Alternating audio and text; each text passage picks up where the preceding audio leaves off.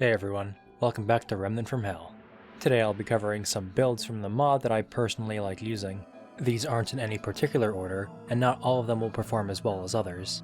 I usually prefer fun over function when it comes to builds. This is by no means a showcase of the most optimal setups, and with that in mind, let's get started. First up is one of the most flexible builds you can run, the Scavenger Explorer. Although it's mainly only good at traversing the overworld or mobbing through dungeons. The scavenger set is an interesting one.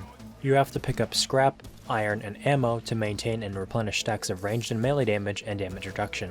Now these numbers are good, especially the damage reduction which is additive with your trait reductions, the number you see here, and elemental damage resistances. The problem lies in the sort of jack-of-all-trades style with its power and defenses, which wouldn't be a real issue if maintaining the stacks in a boss fight wasn't a bit of a pain. Even with the 2 stacks per pickup at all times, it is still an issue.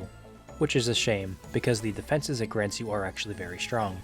If you die though, good luck getting back to max stacks. That's why I say just run it outside of boss fights. Since there is no specialization with the armor set, you can really use whatever ranged weapons you want. When paired with the new Hunter Halo and Scavenger's Ring, you can explore fairly easily. The two work well together to bolster your armor bonuses and patch up chip damage. The necklace slot is honestly up to you. There's plenty of good options to choose from though.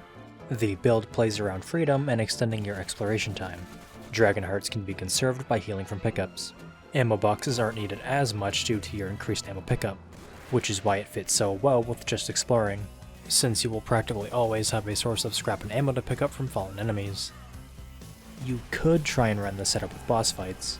However, the difficulty of building and maintaining stacks will depend on which bosses you fight. Also, the damage reduction from Hunter's Halo is nice, but it needs more frequent attention to keep up as its duration is shorter than the armor and scavenging buffs.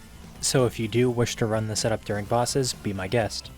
Overall, a fairly laid-back build, if you can even call it that. Next up is a build that works very well in boss fights. The Freezer Burner utilizes the new Cryogen Blast Trinket to apply hypothermia to our enemies. Thankfully, all 3 frost mods explode in some way. This is the general setup I'll be using. Spirit Conduit does increase the duration of Frozen Mist by a small bit, however it more importantly increases our status effect duration by 50%. And then we have Follower to boost the mod generation of our Ricochet Rifle and our Hypothermia dots. Now this may change in the future, but right now all 3 mods have the highest damaging dot from Cryogen. At 50 damage per tick, it generates a nice amount of mod power for us. And that's not even mentioning the damage. Frozen Mist Blasts can melt groups of adds. Just look at that damage. On top of that, it also helps to double the freezing speed as the Cloud and Dot both apply stacks of Frostbite. While Cold Spirit doesn't gain any additional freezing power, its buffed damage from the Hell mod with the Dot helps to feed into its fairly low cost. Blizzard works great as a large ad clearing tool that also applies hypothermia with each icicle dropped. It can certainly be overkill though, which is why I only recommend running it in long and wide arenas where you can easily make use of the 12-second duration. 3 great mods that are very effective with some of the new trinkets. This is basically a mod spam setup, minus evokers. The mods you pick of the 3 will depend on which boss you're facing. Usually you'll be fine with Frozen Mist and Cold Spear. Blizzard, more often than not, ends up being overkill in many arenas. However, in a fight like Riptide, the mod performs way better.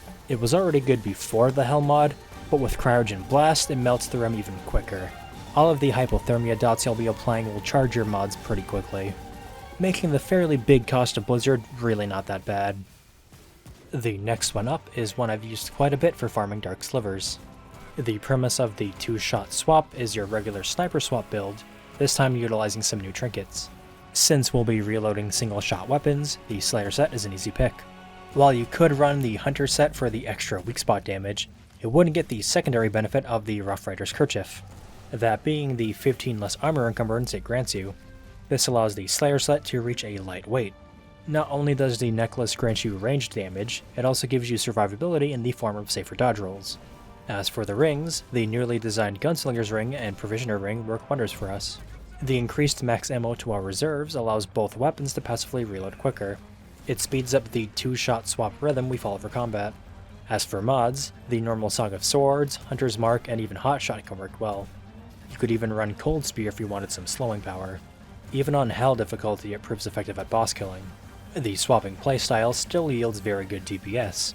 do be mindful of the extra sway given by kerchief. Firing your weapon does reset the sway though, so aim as quickly as possible to avoid prolonged aim penalties. It's a simple build, but still an effective playstyle, made even more so by the Helm mod's new trinkets. The Akari Dodge Master focuses on getting swift dodges and retaliating with lightning-fast rates of fire and melee strikes. Riposte Relic is a must-have with this setup, as it boosts your evade speed further and rewards your perfect dodges with offensive power. Ring of Evasion is nice to have, but isn't required. It gives a bit of safety to what will be our constant stream of dodges. As for the last ring slot, it's up to you. There are plenty of options for you to tweak the build to your liking. I personally like running Parry Pearl. The staggering blasts emitted on perfect dodge are quite nice. The playstyle of this setup is a mixture of guns and melee weapons. Riposte Relic makes melee swings incredibly safe. World's Edge, which is already an amazing choice thanks to the mod, is incredibly strong with this setup. If you run Ring of Illusion, you can get 10 seconds of unlimited stamina on perfect dodge, which equates to 10 seconds of free spammable melee charge attacks, as well as 10 seconds of unlimited dodging, which you can do very quickly now with this setup. When it comes to weapons, much like the Scavenger Explorer build, you can run whatever you like. The 50% faster rate of fire and reload speed from the armor makes every weapon perform much better.